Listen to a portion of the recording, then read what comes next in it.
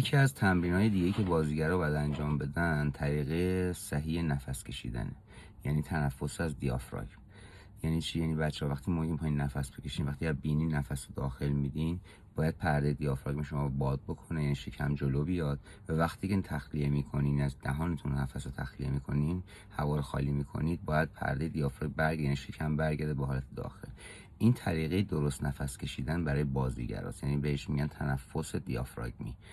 چرا باید این کارو بکنن؟ چرا باید این تمرین رو انجام بدن؟ به خاطر اینکه یک موقع احتمال داره به شما یک مونولوگ و یا دیالوگ بلند بدن و قرار باشه اینو یه تیک بگی.